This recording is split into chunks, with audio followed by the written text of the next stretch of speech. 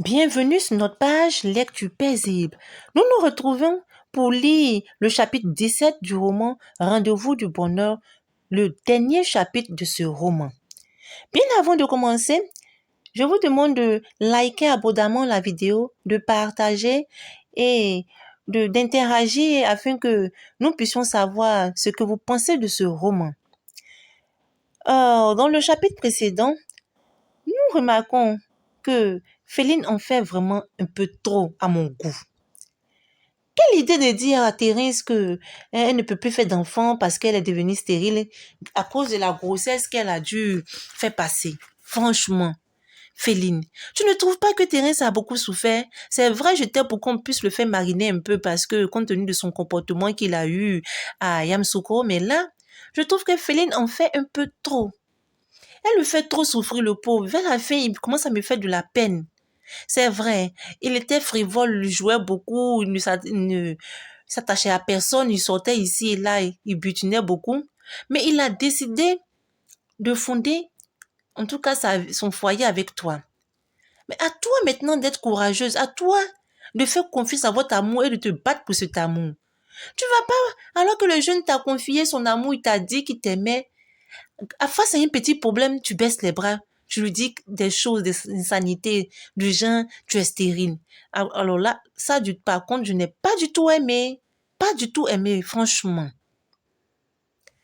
Alors, nous verrons dans le dernier chapitre comment cela sera résolu. La décision de Thérèse Delors était prise. Il ne pouvait pas vivre sans Féline. Un samedi, il se rendit à la cité universitaire de Port-Bouin. À la tombée de la nuit, il monta au deuxième étage et frappa à la porte des jeunes filles. Ce fut Maryse qui lui ouvrit. Elle lui apprit qu'elle était seule et le fit entrer.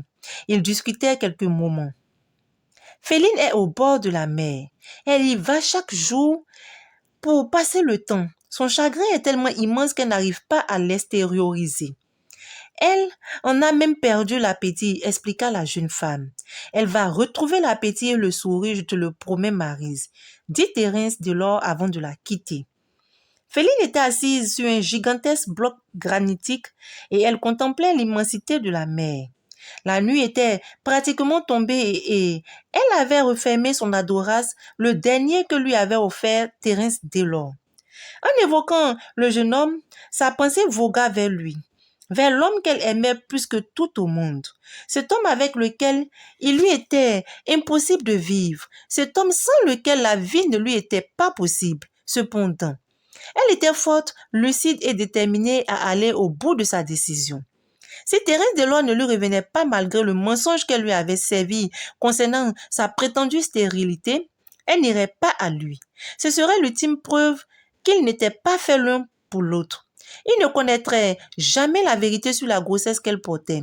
Elle se ferait avorter car il lui serait impossible d'élever toute seule cet enfant qui lui rappellerait sans cesse un homme qui avait pris son cœur et qui en avait fait litière sans rien lui accorder.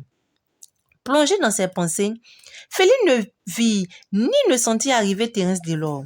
« Bonsoir, Féline, dit-il en s'asseyant tranquillement tout contre elle, comme s'il était venu à un rendez-vous tacite, un rendez-vous du bonheur.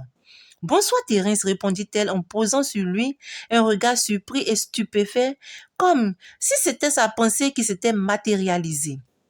Ne t'ai-je pas juré, Féline, que rien ne pourra plus jamais nous séparer, qu'aucune considération de quelque nature que ce soit ne se mettra plus en travers de notre amour? Fit-il comme s'il avait suivi le fil de ses pensées. Il se tut pendant de longues minutes durant lesquelles son regard ne quitta pas les yeux de Féline pendant qu'il lui caressait les mains. Puis il reprit. « Tu es la femme de ma vie. Ma vie n'aura de sens qu'en la vivant avec toi. Je t'aurais épousée, même en tant qu'afoué, la nounou de mes cousins. Quelque temps après avoir quitté Yamoussoukro, je suis retournée pour te chercher, parce que j'avais réalisé que je ne pouvais pas vivre sans toi. Et à ce moment-là, j'ignorais complètement que tu étais une comptable de formation et que tu te prénommais Féline. Césaria pourra en témoigner. Ce jour-là, je suis allée prier à la basilique, j'ai demandé à Dieu de me permettre de te retrouver.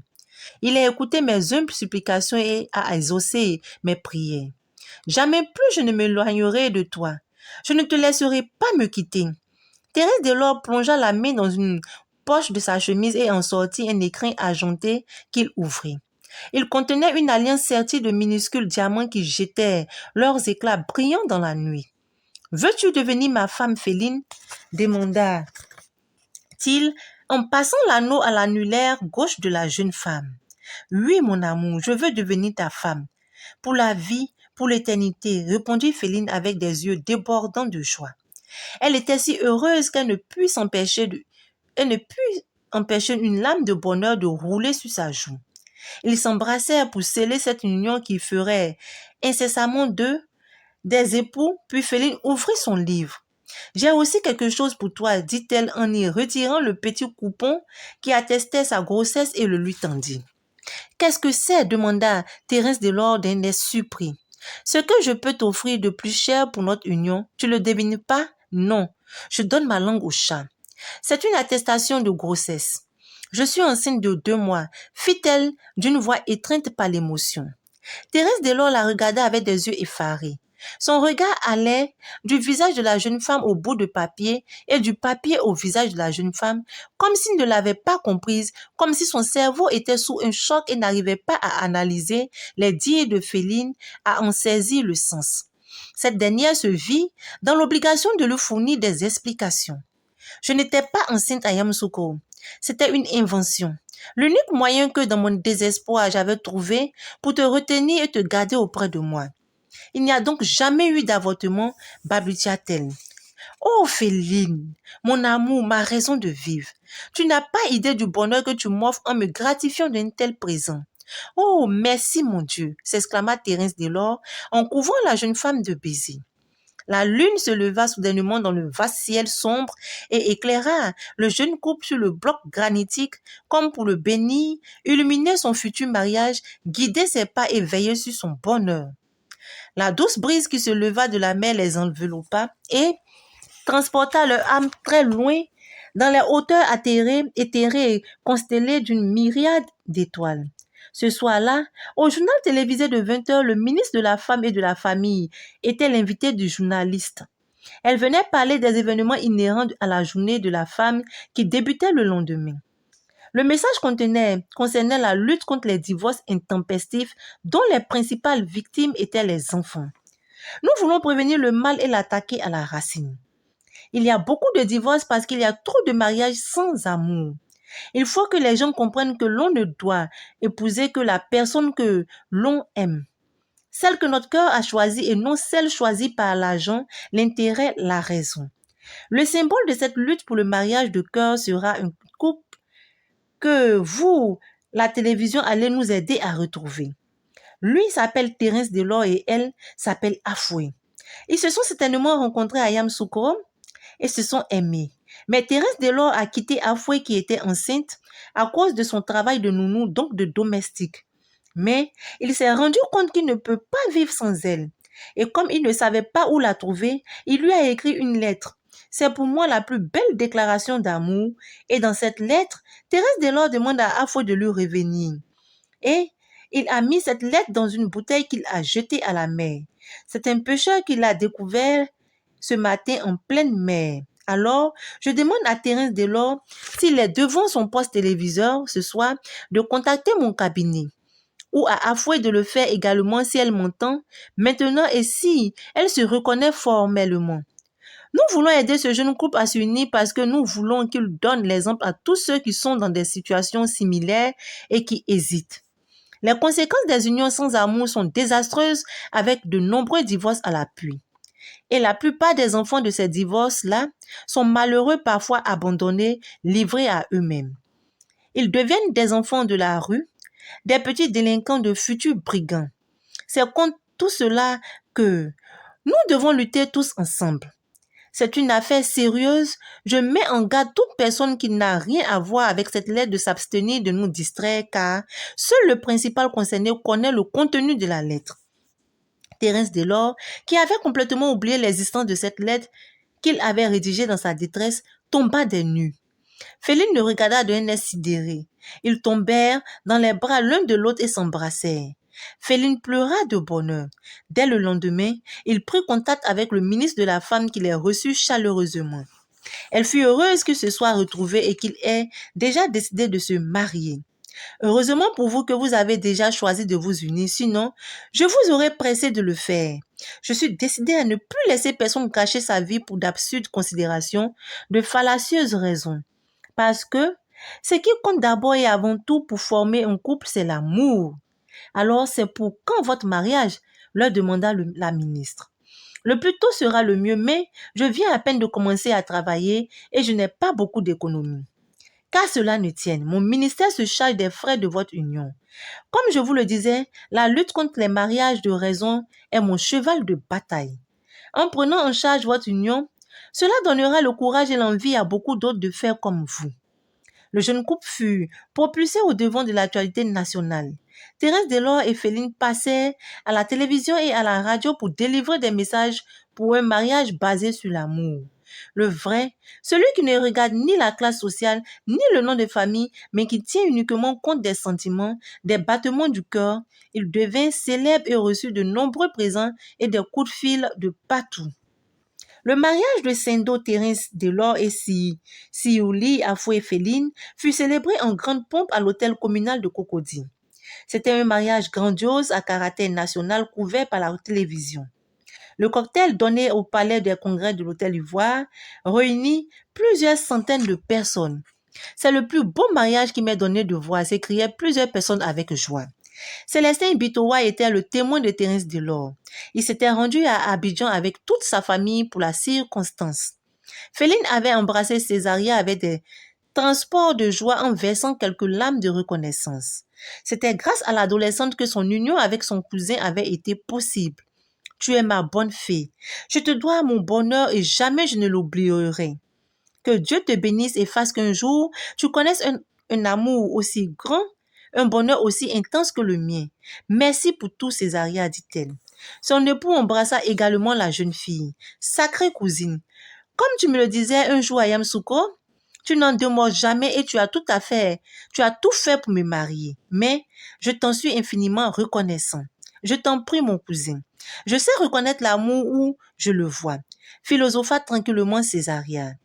Monsieur Cazenave était le témoin de Féline, Maximin, Kléber, Xavier, Éric, Gertrude, Maryse et même Prisca, qui venaient d'accoucher, étaient les garçons et demoiselles d'honneur. Éric, le cousin de Maryse, était devenu ami avec Thérèse Delors. Ce dernier lui avait expliqué la raison de son attitude le jour où il l'avait croisé devant la chambre des jeunes filles. Ils avaient ri aux éclats après avoir relaté cet épisode à tous les autres. L'une des personnes les plus heureuses ce jour-là fut la mère de Thérèse Delors qui voyait enfin son fils devenir quelqu'un de sage. Son bonheur fut plus grand encore quand le jeune homme l'informa qu'elle deviendrait bientôt grande-mère. Le mariage fut magnifique. L'amour et le bonheur des jeunes époux étaient beaux et si touchants.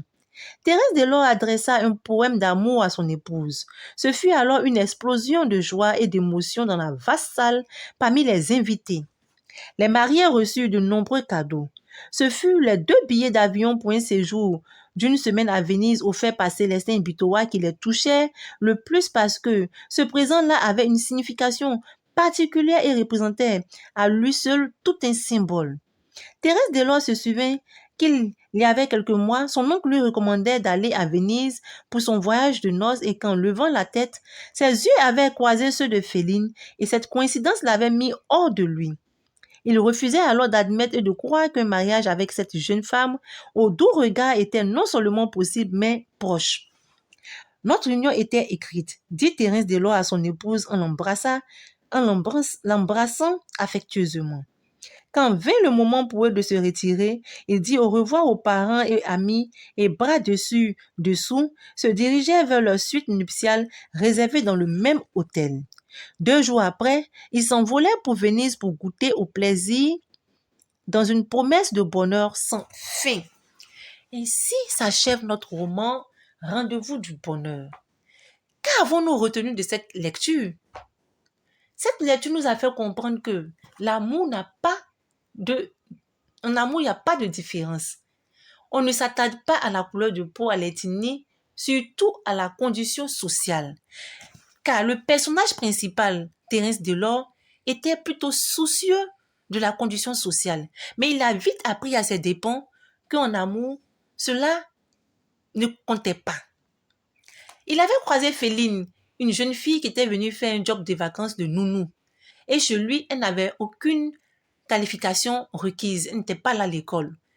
Alors qu'il avait éprouvé un sentiment profond lorsqu'il a vu. Et cela était aussi partagé de part et d'autre des deux personnages principaux.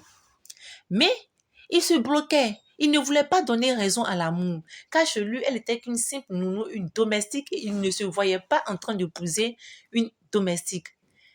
Et Thérèse était, de prime abord, un dragueur, quelqu'un qui faisait la vie, qui sortait avec les filles ici et là, sans jamais se concentrer sur une relation, sans jamais s'investir pleinement dans une relation. Mais avec Féline, c'était tout autre.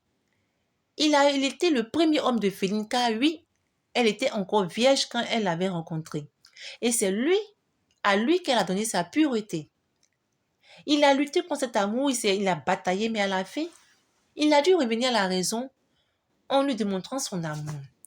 Le second personnage principal qui est Féline, quant à elle, je pourrais dire qu'elle est vraiment rancunière. C'est vrai, elle a fait beaucoup tourner pour essayer de lui faire comprendre, de lui faire payer son attitude qu'il a eue lorsqu'il a humilié là-bas à Yamoussoukro. Mais je trouve que son comportement, elle a trop duré dans le fait de le faire mariner.